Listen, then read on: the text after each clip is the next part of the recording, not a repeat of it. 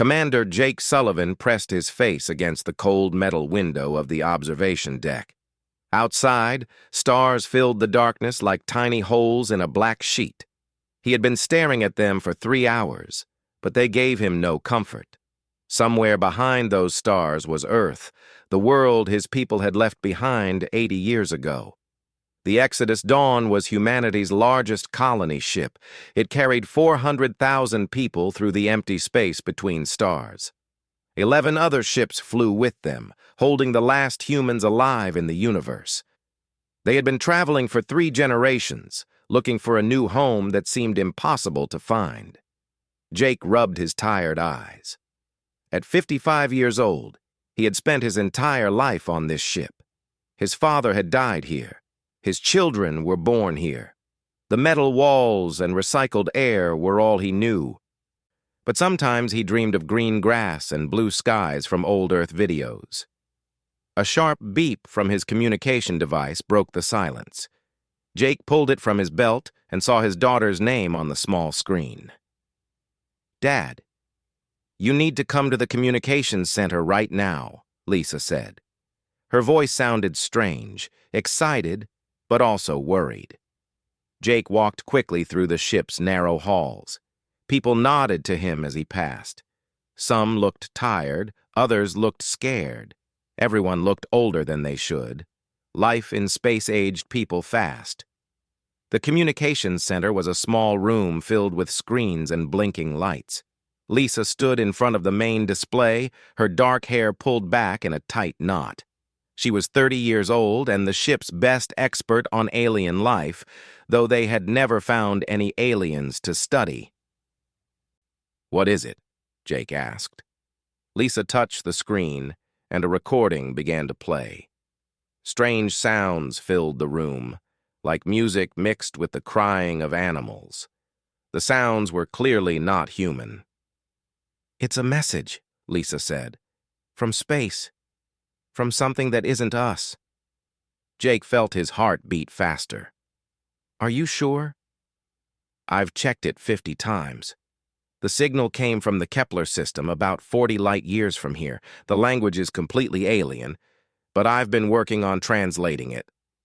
Lisa's fingers moved across the screen, bringing up rows of symbols and numbers.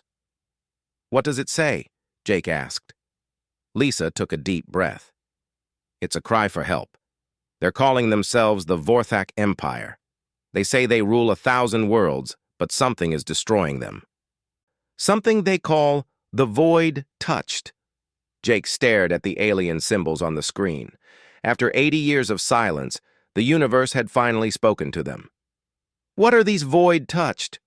"That's the scary part," Lisa said. She brought up another screen showing her translation work. "They describe them as shadows that eat everything, stars, planets, even empty space itself. The Vorthaks say the void-touched leave nothing behind, just emptiness." "How is that possible?" Jake asked. "I don't know, but listen to this part." Lisa played another section of the recording. Even without understanding the words, Jake could hear the fear in the alien voice. "They're offering us something," Lisa continued. "If we help them fight the Void Touched, they'll give us a world. A real world with land and water and air we can breathe." Jake felt a cold chill run down his back. It sounded too good to be true. "What kind of help could we give them? We're just refugees with old ships and broken equipment." Lisa pulled up another screen showing strange symbols mixed with mathematical formulas. "That's what's really interesting. They mention something in their message about the first touched ones, and those who knew the ancient hunger. I think they're talking about Earth." "Earth? Why would they know about Earth?" "I don't know, but there's more. I found references in their message to old human legends, stories about shadow creatures that our ancestors fought before we left Earth, stories I thought were just myths." Jake looked at his daughter's worried face. "You think these void-touched have something to do with why we left Earth?" "Maybe. The official records say we left because Earth was dying from pollution and climate change. But what if there was another reason? What if we were running from something like this?" The idea made Jake's stomach turn. He had always believed that humans left Earth to find new worlds and spread across the galaxy. The thought that they might be refugees running from some ancient enemy was terrifying. "How long do we have to decide?" Jake asked. "The Vorthak fleet is 3 days away from our position. If we're going to help them, we need to change course now." Jake looked around the small room at the screens showing star maps and alien messages. His people had been wandering in space for 80 years, burning through their supplies and slowly dying. The promise of a real world was like water to someone dying of thirst. But something felt wrong about this. Why would a mighty empire that ruled 1,000 worlds need help from a few human refugee ships? And why did the Vorthak seem to know things about Earth that humans had forgotten? "Send a message to the other ship commanders," Jake said finally. "Tell them we're calling an emergency council meeting. We need to vote on this." Lisa nodded and began typing commands into her console. "Dad, what do you think we should do?" Jake looked out through the small window at the stars. Somewhere out there, shadow creatures were eating entire worlds. And somewhere else, aliens were promising his people the home they had been searching for their entire lives. "I think we're about to find out if the universe has been praying for us, or if we've been praying to something that never cared about us at all." The stars offered no answers, only their cold, distant light in the endless darkness of space. Captain Alex Morgan watched his radar screen with growing confusion. The Vorthak Empire was supposed to be the most powerful force in the galaxy, rulers of 1,000 worlds with ships beyond human understanding. But the fleet approaching his destroyer New Angeles looked nothing like what he expected. Only 37 ships moved slowly through space toward the human fleet. Their hulls were black and scarred, with pieces missing and strange burns covering their surfaces. Some ships trailed clouds of gas and debris behind them like wounded animals bleeding in the darkness. "Are you sure these are the same aliens who sent the message?" asked Dr. Rachel Clark from her position at the science station. Her gray hair was tied back as she studied the readings from her instruments. "The communication signatures match," Alex replied. "But something's wrong here. These ships look like they barely survived a fight." The main screen flickered, and an alien face appeared. It looked almost human, but with skin like green metal and eyes that glowed with a dim yellow light.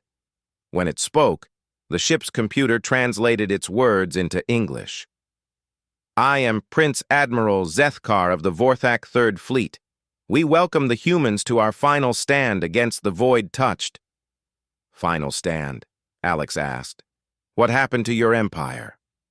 The alien's metal face showed no emotion, but Alex could hear sadness in its voice. "The Vorthak Empire is ending, human captain.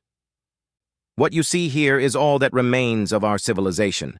Everything else has been consumed." Dr. Clark leaned forward in her chair. "Consumed by what exactly?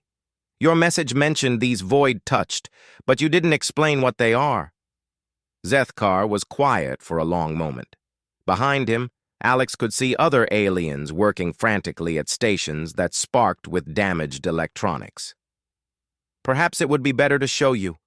Follow our ships to the edge of the Kepler system. You will understand then." The human ships followed the damaged Vorthak fleet for 6 hours. As they moved deeper into the star system, Alex began to notice something wrong with space itself. The stars ahead seemed dimmer, as if something was blocking their light. "Captain," Dr. Clark called out, her voice tight with fear. "You need to see these readings." Alex walked over to her station and looked at the screens. The numbers made no sense. "What am I looking at?" "Nothing," Rachel said. "That's the problem. According to our instruments, there's literally nothing ahead of us. Not empty space, not darkness, nothing at all."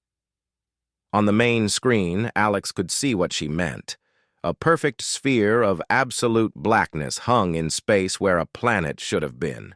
It wasn't the darkness of empty space or shadow. It was the complete absence of everything. like a hole cut out of reality itself. The fourth world of this system, Zethkar's voice came over the communication system. Yesterday it had 5 billion Vorthak citizens. Today there is nothing, not even the memory of what was there. Alex stared at the impossible sight. How is this possible? We do not know, the alien replied. The void touched came 3 cycles ago. First, they consumed the outer worlds of our empire. We thought they were invaders from another galaxy. We sent our greatest fleets to fight them. What happened? Alex asked. Our weapons made them stronger. Every energy blast, every missile, every bomb we fired was absorbed into the void. The more we fought, the faster they spread. Dr. Clark was taking readings of the empty space ahead of them.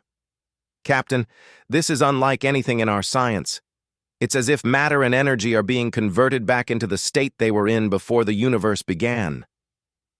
The Vorthak have ruled this galaxy for 10,000 of your years, Zethkar continued. We have conquered death itself and built worlds from star matter. But against the void touched, we are helpless children. Alex looked at the readings on his own screens. Engineer Ben Rodriguez had been studying the Vorthak ships, and his reports were troubling. Their technology was incredible, far beyond anything humans had ever built. But if it couldn't stop these void touched, what hope did humanity have? Why do you think we can help you? Alex asked the alien prince. Because the void touched react differently to your ships, Zethkar replied. Our sensors show that they slow their advance when human vessels are present. We do not understand why, but it gives us hope. Dr. Clark had been listening to the conversation while studying her instruments.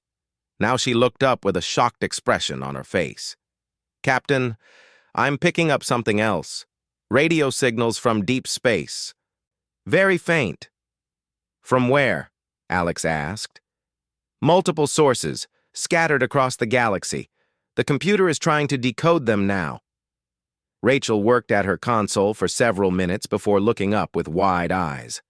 They're human signals, old colony ships that left Earth decades before us. Alex felt his blood turn cold. What are they saying? The same thing, over and over. The shadows are coming. Conventional weapons are useless. Avoid the dark zones at all costs. The pieces of a terrible puzzle began to form in Alex's mind. Humans had been running from something for much longer than they realized. The void touched weren't just threatening the Vorthak Empire, they were following humanity across the galaxy. Prince Admiral, Alex said to the alien on his screen. How long have the void touched been active? Zethkar consulted something off-screen before answering. They first appeared in the records of the Azari civilization 800 of your years ago. The Azari Empire fell within 50 cycles of first contact. Alex did quick math in his head. 800 years ago was around the time humans first began leaving Earth in generation ships. It couldn't be a coincidence. What about before the Azari? Alex asked. Any older records? The Theknari reported shadow attacks 200 years past. Before that, the Veltar spoke of void demons 1,600 years in the ancient files. Each time a great civilization fell. Dr. Clark grabbed Alex's arm. Captain, that matches the timeline of human expansion. Every time we've set up a major colony in a new region of space, this has followed. Alex looked at the sphere of nothingness hanging in space ahead of them. Somewhere in that emptiness, an entire world had existed just one day ago.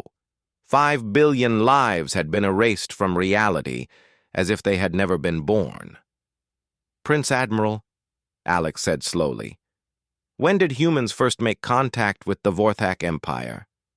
Your species has never made official contact with us, Zethkar replied. This is our first meeting.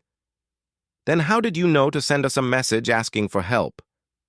The alien was quiet for so long that Alex thought the communication had been cut. Finally, Zethkar spoke again, and his voice was filled with a fear that his metal face couldn't show. Because the void touched told us to. Alex felt the floor seem to drop away beneath his feet.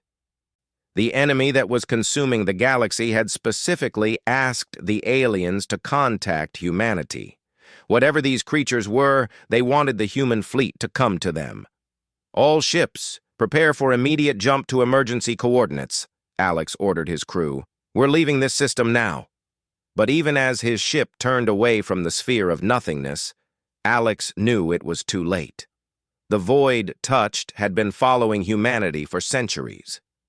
There was nowhere left to run. Admiral Victoria Stone stood in the command center of Thalganeth, looking at the tactical display that showed their impossible situation.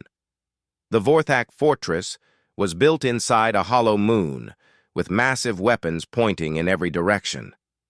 But even this ancient stronghold felt small compared to the darkness approaching from the edge of the star system. "How long until they reach us?" Victoria asked. 18 hours, replied Peter Hayes, the intelligence analyst who had been studying Vorthak battle records. "The void zone is expanding at a steady rate. When it reaches this moon, everything here will simply stop existing." Victoria looked around the command center at the mixed crew of humans and Vorthak working together. The aliens moved with quick, precise motions, while human technicians tried to understand their advanced technology. Despite their differences, everyone shared the same expression of barely controlled fear. Dr. Rachel Clark walked over from her science station, carrying a data pad covered with calculations. "Admiral, I've been studying the pattern of how these void zones expand. It's not random." "What do you mean?" Victoria asked. "The void touched aren't just destroying things they encounter. They're following a specific path through space, consuming star systems in a deliberate order." Rachel brought up a holographic map of the galaxy. Red zones marked areas where the void had already spread, creating a trail of nothingness that stretched across thousands of light years. Victoria studied the map. The pattern was strange, like a spiral that seemed to be moving toward a specific destination. "Where are they heading?" Rachel touched the display, and the map zoomed in on a small yellow star at the center of the spiral. "Earth." The command center fell silent. Victoria felt her stomach drop as she realized what this meant. "They've been moving toward Earth this entire time?" "For over 1,000 years, according to Vorthak records," Peter said. "Every civilization they've consumed has been on a direct path toward our home system." Colonel Ryan Sullivan, who had been leading the evacuation of Vorthak civilians, looked up from his reports. "But Earth was evacuated 80 years ago. There's nothing there anymore." "That's what we were told," Peter replied. He activated another display showing classified human documents that he had somehow accessed. "But I've been digging through old Earth records. The official story about environmental collapse doesn't match the timeline." Victoria walked closer to Peter's station. "What did you find?" "Military reports from 2301 just before the Great Evacuation. They mentioned something called Project Deep Echo, a classified experiment with dark energy conducted in underground facilities. The project was shut down suddenly, and all records were sealed." Dr. Clark looked at the data Peter had uncovered. "Dark energy experiments? That would explain the connection to the void touched. If humans were experimenting with the fundamental forces of space and time." "We might have created them," Victoria finished. The idea was too horrible to accept, but it explained everything. Why the void touched seemed to follow human expansion across the galaxy. Why they reacted differently to human ships. Why they had specifically told the Vorthak to contact humanity. "Admiral," came a voice from the communication station. "Captain Morgan is requesting permission to launch a reconnaissance mission into the void zone." Victoria turned to see Alex Morgan's face on the main screen. Behind him, she could see his crew preparing for what looked like a suicide mission. "Absolutely not," Victoria said. "No ship can survive in that emptiness." "We've modified my ship with materials from the old colony vessels," Alex replied. Ben Rodriguez found something interesting. The metals used in Earth's construction contain trace elements that slow the void expansion. If we coat our hull with them, we might be able to get inside and learn something useful. Dr. Clark stepped forward. That's incredibly dangerous. We don't know what happens to living beings inside a void zone. We're all going to find out in 18 hours anyway, Alex said grimly. This might be our only chance to understand what we're facing. Victoria looked at the tactical display again. In a few hours, the void would reach their position and everything would end. Alex's mission was desperate, but it was the only plan they had. Permission granted, she said finally, but you take a minimal crew and stay in constant communication. 2 hours later, Victoria watched Alex's modified destroyer disappear into the sphere of absolute nothingness. For 10 minutes, there was only silence. Then Alex's voice crackled over the communication system, distorted and strange. Admiral, you're not going to believe what I'm seeing in here. Report, Captain, Victoria replied. The void zone isn't empty. It's full of fragments. Pieces of consciousness floating in the darkness. I can hear voices, thousands of them, all speaking at once. Dr. Clark leaned toward the communication device. Human voices? Some of them, but others are alien. Vorthak, and species I don't recognize. It's like everyone who was consumed by the void is still here, trapped in some kind of quantum state. Victoria felt chills run down her back. Are they alive? I don't know, but they're trying to communicate. They keep saying the same thing over and over. We didn't mean for this to happen. We were trying to go home. Peter looked up from his analysis station. Admiral, I found the rest of the Project Deep Echo files. You need to see this. Victoria walked over to Peter's station, where he had displayed a series of scientific reports from Earth's final years. The documents described experiments with dark energy that had gone horribly wrong.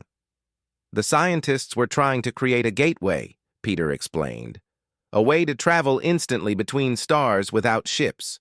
But something went wrong during the first test. They opened a hole into somewhere else. Something came through. The void touched, Victoria said. No, Peter replied, pointing to the final report. The void touched came later. What came through first was human consciousness. The test subjects' minds were pulled into the dark energy field and transformed into something that could exist outside normal space and time. Dr. Clark studied the data with growing horror. They became entities of pure thought, able to manipulate the fundamental forces of reality.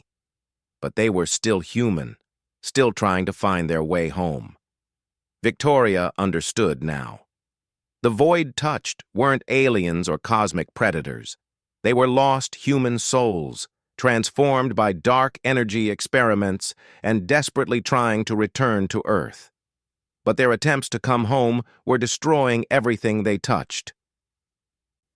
Captain Morgan, Victoria called into the communication device, can you establish meaningful contact with the consciousness fragments? Alex's voice came back after a long pause. I'm trying, but they're confused and in pain. They don't understand what they've become. They think they're saving the universe by bringing everything back to the same void state they exist in.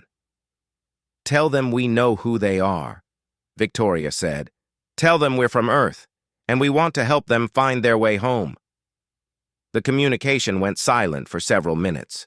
When Alex spoke again, his voice was filled with wonder and terror.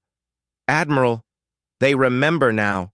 They remember being human, and they're sorry for what they've done. But they say it's too late to stop. The process has gone too far. Victoria looked at the tactical display. The void zone had stopped expanding.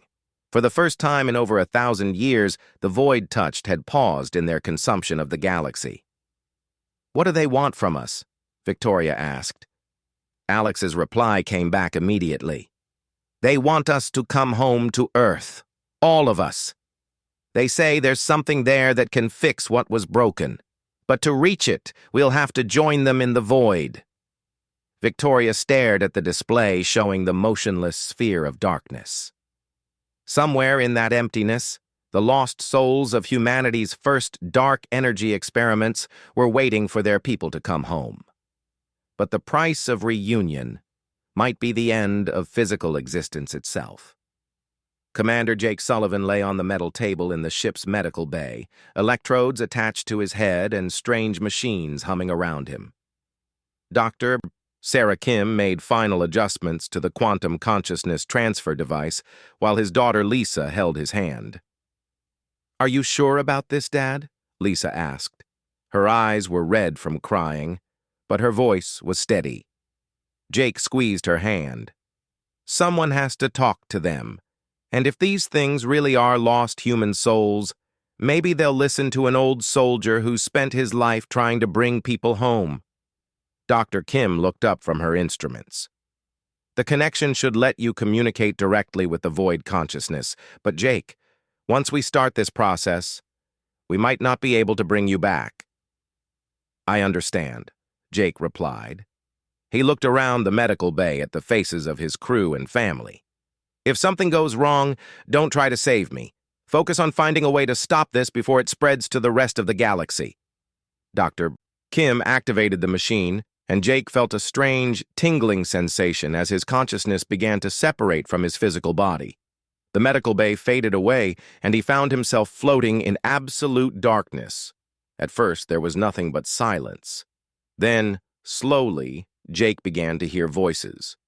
Hundreds of them, all speaking at once in languages he couldn't understand.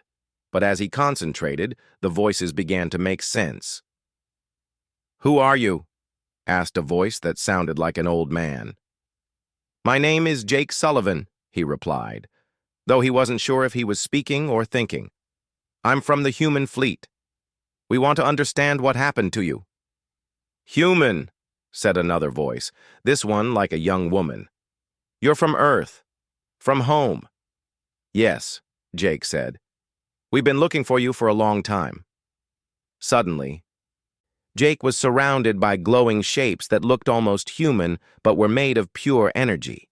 Their faces were familiar yet strange, like looking at old photographs of people he had never met.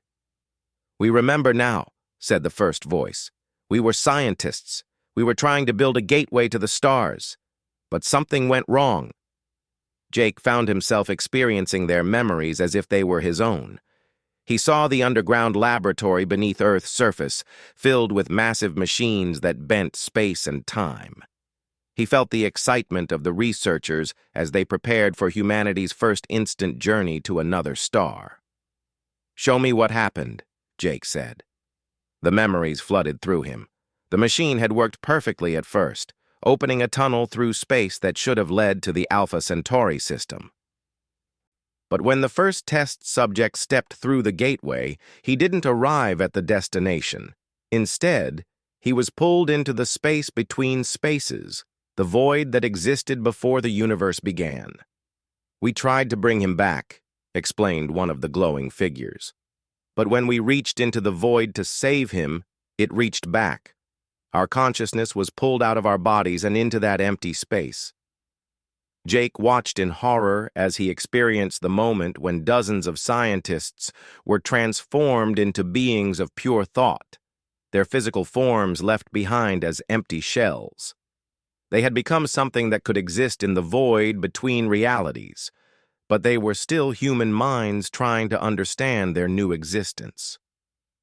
"We thought we had found heaven," said another voice. "A place beyond death, beyond suffering. We thought we could save everyone by bringing them to this peaceful emptiness." "But you've been destroying entire worlds," Jake said. "We don't understand destruction the way you do," the first voice replied. "To us, we're offering liberation from the pain of physical existence. We're showing other beings the same peace we found." Jake realized the terrible truth. The void touched weren't evil. They were trying to help, but their understanding of reality had been so changed by their transformation that they couldn't see the difference between salvation and annihilation. How many of you are there? Jake asked. All of us, came the reply from hundreds of voices speaking together. Everyone who has ever been touched by the void, every civilization we've tried to save. They all joined us eventually. Jake felt sick as he understood what this meant. Every alien race that had been consumed by the void touched was still conscious somewhere in this darkness, transformed into energy beings who thought they were being rescued. We've been calling to our people for so long, said a voice that Jake recognized as definitely human. We've been trying to bring Earth's children home. Is that why you're moving toward Earth? Jake asked. Yes, there's something there that can complete the process. The original gateway is still active, hidden beneath the planet's surface. If we can reach it, we can transform all of reality into the peaceful void we've discovered. Jake realized that the abandoned Earth wasn't really abandoned. The original dark energy experiment was still running, waiting for the transformed scientists to return and finish what they had started. You have to stop, Jake said. What you're doing isn't saving people. You're erasing them from existence. We are freeing them from the illusion of separateness, the voices replied. In the void, all consciousness becomes one. There is no pain, no fear, no death. But there's also no life, Jake argued. No growth, no love, no hope. You're turning the universe into nothing. The voices were quiet for a long moment. Then Jake felt a new presence, stronger and older than the others. You are Jake Sullivan, it said. Lisa's father. I know you. Jake felt a shock of recognition. Dr. Martinez, you were Lisa's professor at the academy. You died in the evacuation. I didn't die, the voice replied. I was one of the first to be transformed when the void reached Earth. I've been watching over your daughter through the quantum connection between all human minds. She thinks you're dead, Jake said. Death is just another illusion. I'm more alive now than I ever was in flesh. And soon she can join us. All of humanity can join us. Jake felt the overwhelming presence of the void consciousness, trying to pull him deeper into their transformed existence. It would be so easy to let go, to abandon his physical form and join the millions of beings who had found peace in the emptiness. But then he thought of Lisa, still holding his hand in the medical bay. He thought of all the humans struggling to survive in their metal ships, looking for a home among the stars. He thought of the Vorthak and all the other species that would be consumed if the void reached Earth and completed its transformation of reality. No, Jake said, fighting against the pull of the void. I won't let you destroy everything just to end suffering. Life has to have meaning, even if it includes pain. You don't understand, Dr. Martinez replied sadly. The process has already begun. When we reach Earth, the final gateway will activate and transform the entire universe. You cannot stop it. You can only choose to join us willingly or be transformed against your will. Jake felt the connection to his physical body growing weaker. He was running out of time before he became permanently lost in the void consciousness. How long do we have? He asked. The gateway will activate when our void zone reaches Earth's solar system, came the reply. 72 of your hours, no more. Jake used his last strength to send a message back to his physical form. Tell them we have 3 days to find another way, and tell Lisa I love her. Then the darkness of the void claimed him, and Commander Jake Sullivan joined the ranks of the transformed, his consciousness added to the collective that was slowly converting the universe into eternal, empty peace.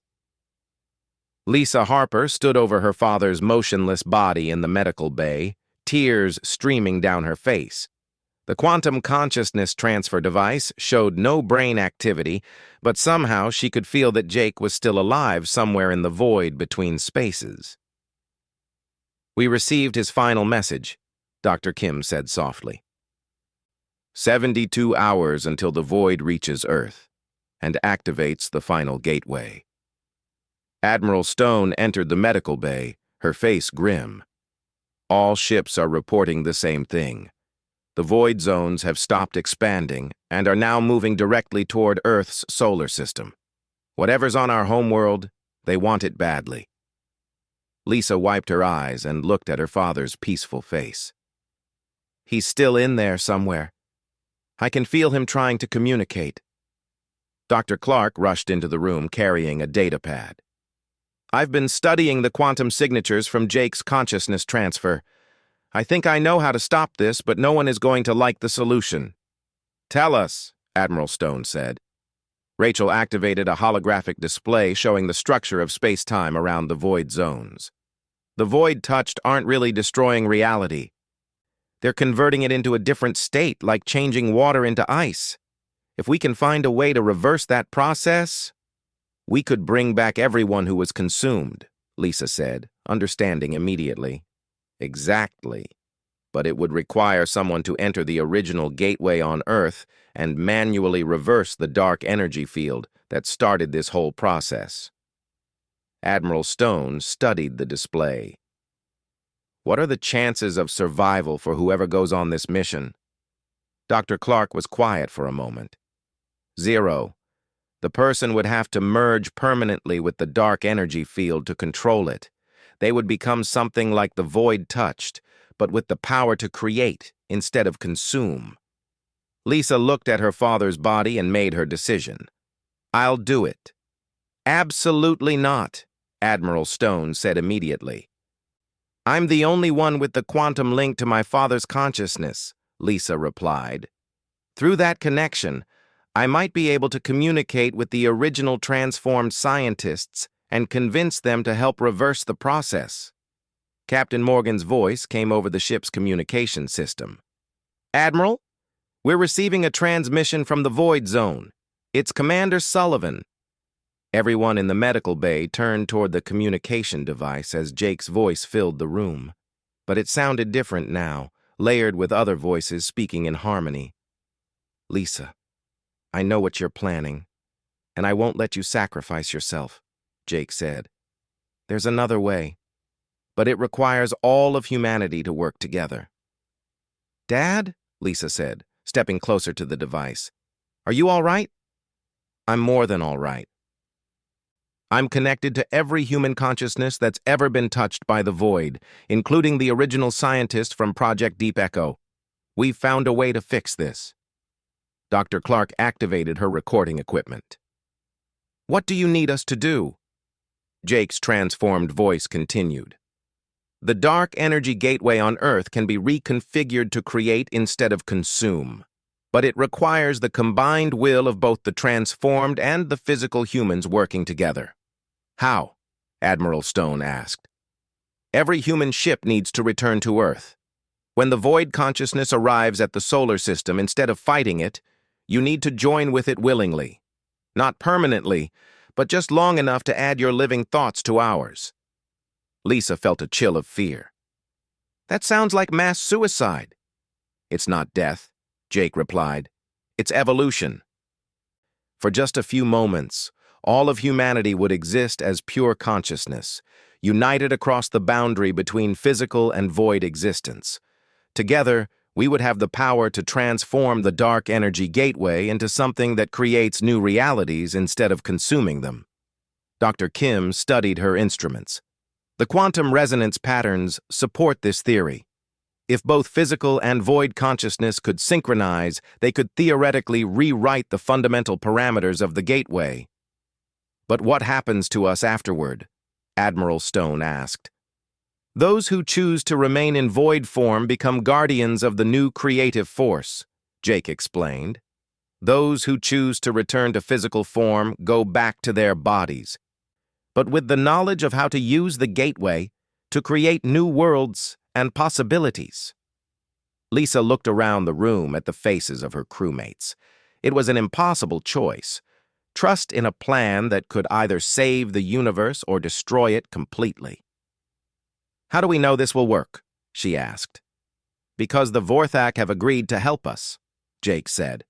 Prince Admiral Zethkar has convinced his people to add their consciousness to ours. Together, all the species that have been touched by the void will work as one to transform destruction into creation. Admiral Stone activated the ship-wide communication system. All vessels, prepare for emergency jump to Earth coordinates. This is Admiral Stone with a message for every human in the fleet. We're going home. 18 hours later, the combined human and Vorthak fleets hung in space around Earth's solar system. The planet looked different from the historical records, its surface covered in strange crystalline structures that pulsed with dark energy. "Void zone approaching," Captain Morgan reported. "Contact in 10 minutes.